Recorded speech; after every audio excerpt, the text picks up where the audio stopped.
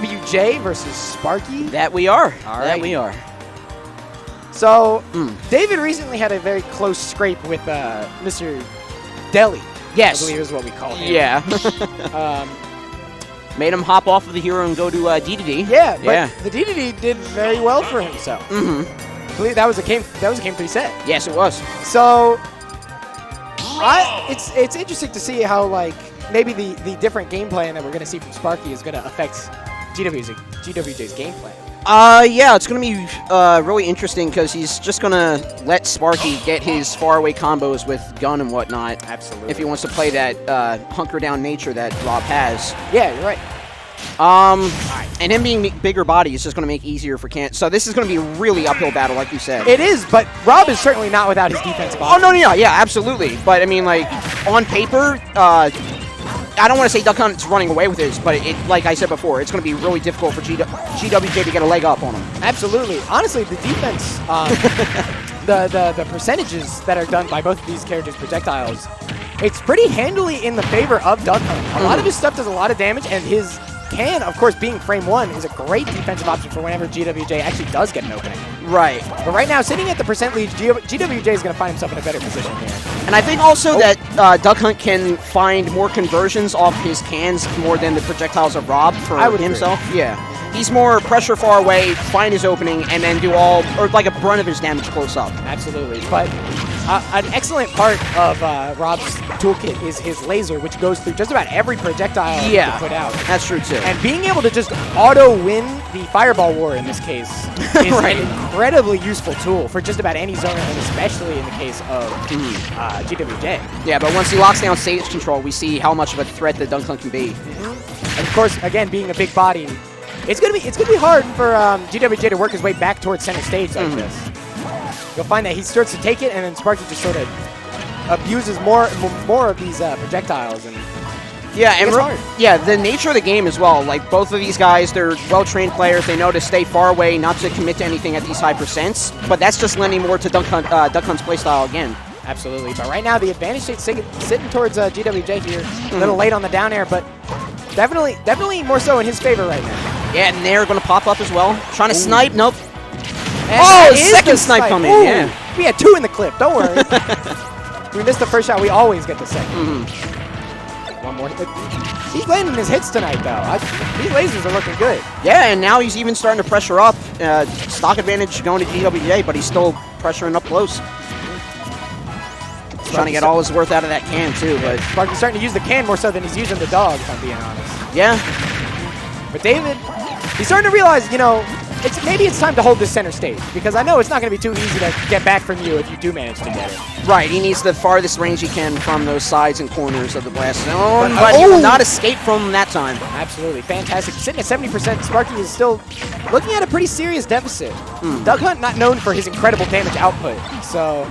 Yeah, like, you know, can is probably his best burst option in damage, but it's still a relatively low amount. Yeah, and especially considering that it's basically his only one, it's going to get real stale real fast, so you got to kind of worry about that.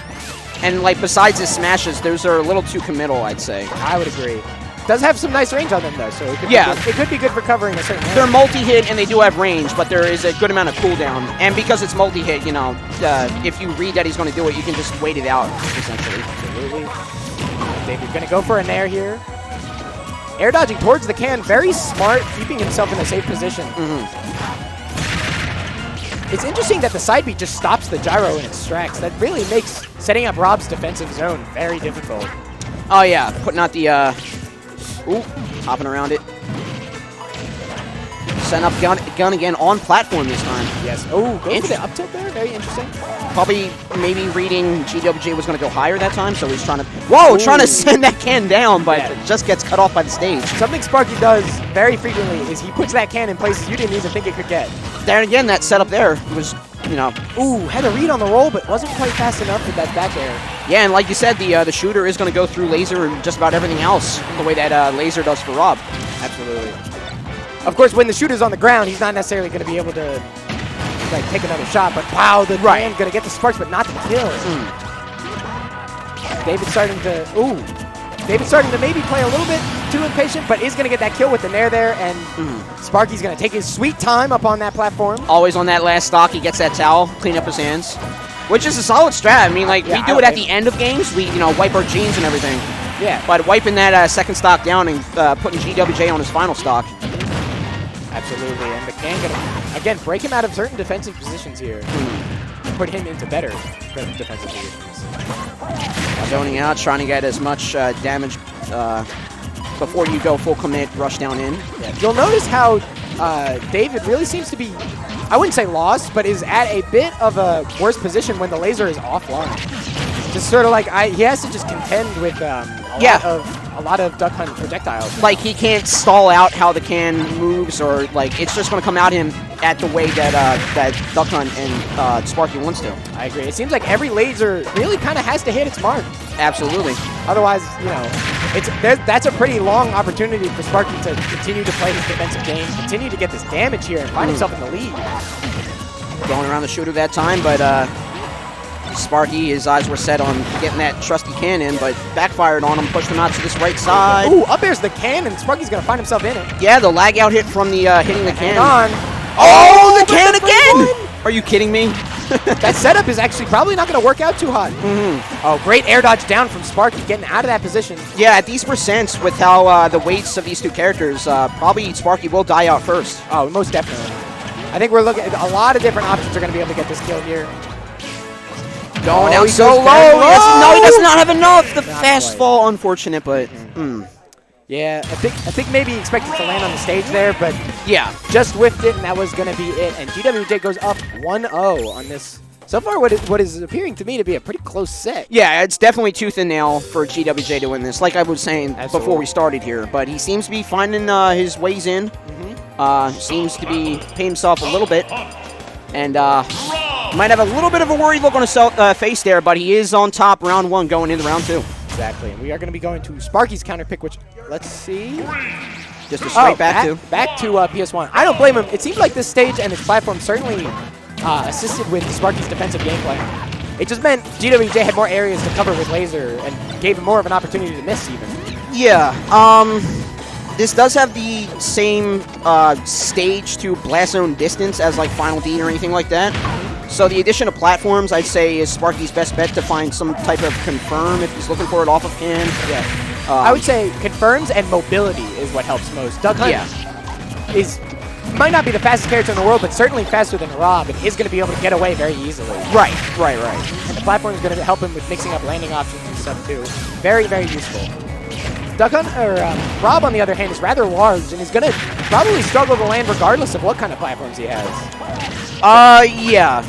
And that's why we probably not seeing anything like Town and City or Smashville like that, because either the 3-stage setup or the wide stage that Smashville has will probably lend to Rob recovering a little bit easier. I would agree. Oh, gonna go for some shots off stage. Gonna up air the can. Air dodges, but he air dodged like right into it. That was weird. Down air's the can? Okay, it's not that serious, dog. The can doesn't really have a mind of it. You don't got to make it hurt like that. The mind of Sparky is right behind it, and we've seen how lethal he can be. And again, high percents. They don't want to commit to anything too serious. Absolutely. It's actually very interesting to see how like Sparky's positioning is very specific. And wow, the shot of the can actually going to save GwJ there. Yeah, the full burst of it didn't come in, so the fair was missed, but it was still getting clanged by the bullets off screen. Absolutely. That's going to trade with that. Oh, what a great up air, catching the landing option there, and that is going to take the first stock. It really seems like the first stock can have a good bit of, has a big deal in terms of the momentum. Oh, yeah, for sure. Because Sparky really can just sit back and play his game, because Rob's kill options, they're certainly varied, but they're very specific in terms of their spacing. Right. And you know where he's going to be if he's going to kill you. Also, just because of the base nature that, GwJ is down a stock now, and Sparky knows that he has to commit to get the kill. So that means Rob has to move in on Duck Hunt. And if GwJ chooses not to, then he's just free to play his own game the way he wants to. We are looking at the mix-up here, and does not get the can out frame one. The timing is going to be perfect. Ooh, a rare second stock towel. Yeah. Oh. That man's committed. He's like, you know what? I'm gonna need it for this one. Right. Ooh, goes for the up air there, trying to read the air dodge, but he air dodges slightly downward. He's gonna prevent that. Laser clipping the stage. What a great forward air to send that can back. It really seems like Ooh, okay. Yep. It really seems like the way GwJ is handling Duck Hunt's defensive game is using things like can to his own advantage. So whenever Sparky sort of slips up in terms of his spacing, but hang on, we got a combo going. That beautiful string almost takes out too, but puts Rob near 150. Dash attack. And now with GwJ with an even higher deficit. The strongest shooter there Wow. is actually going to send him flying, but the up air is what's going to clutch it out there. Double towel? That was oh double my towel. gosh. That was post-kill towel, not post-stop. Interesting. Maybe the mentality is changing. Making, just saying that GwJ is his hardest match tonight, I guess. Watch out, watch out. Gonna get this rapid jab at the ledge, good damage. Backs away too, knowing that a laser was probably coming in. Trying to grab the gyro. We're 0-2 on gyro grabs. Okay, we got it. Took a couple tries, but we do have the dreidel in our hands now. That is gonna make Rob's whole game plan actually much more difficult. I mean, it's spinning, and the dog has to grab it with his mouth. That can't be, you know. No, it's not easy. It's gotta be irritating. Are you kidding? Probably gotta like stop it somehow and then grab it. Yeah, I can't imagine that. I can't imagine that's too easy. But yeah, reads the roll there, but doesn't. Just a little too fast on it. And GwJ is finding himself in a very hard position here. Oh no! My God, yeah, going for the down air, but the fire of it makes the can burst. I believe so, yeah. Actually, I think Sparky might have just manually detonated it. Well, yeah, he counted up the combo a little bit more, but yeah, it was just at that point essentially. Yeah, and that is going to be the stock there, and we're looking at 1-1. Interesting. We're going to find GwJ on his counter pick. It's going to be interesting to see what his strategy changes to be in terms of the stage, because I feel like the stage can actually make a pretty relevant difference.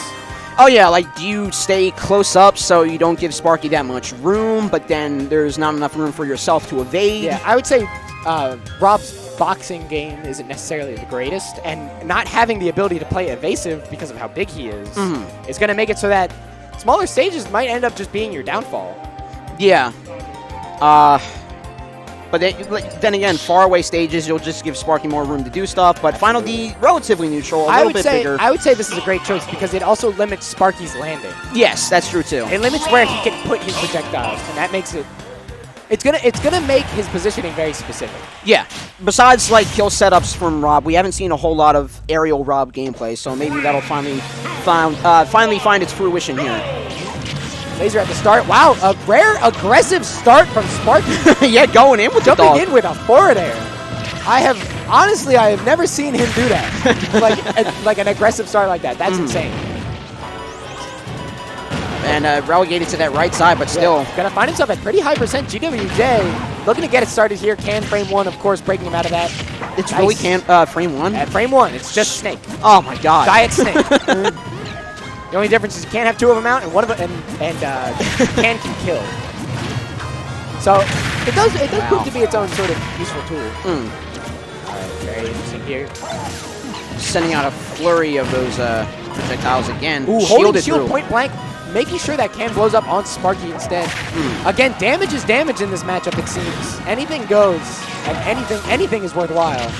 But there is a lot to keep track of. Like, even if he holds in shield, he has to be sure that everything has been spent. Oh, great tech! Amazing! His tech and his DI is so good. David is just making sure that Sparky gets nothing for free here. He's gonna have to work for it. Oh, but never mind. Rob being big. Yeah, that's an across stage for sure.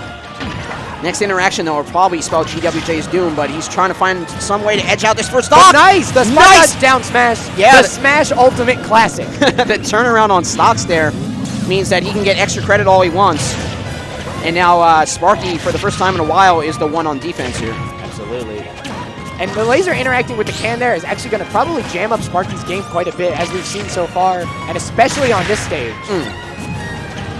Looking some way around that can. Finally does get in the middle, but shooter probably a little bit easier to deal with because all it takes is one hit. Yeah. It's so interesting, actually, seeing how much slower GwJ is taking it now with the lead and with high percent like this. But he can just camp just much like Sparky's doing. Absolutely. It's just bit by bit, these little pokes here with these projectiles have been so useful.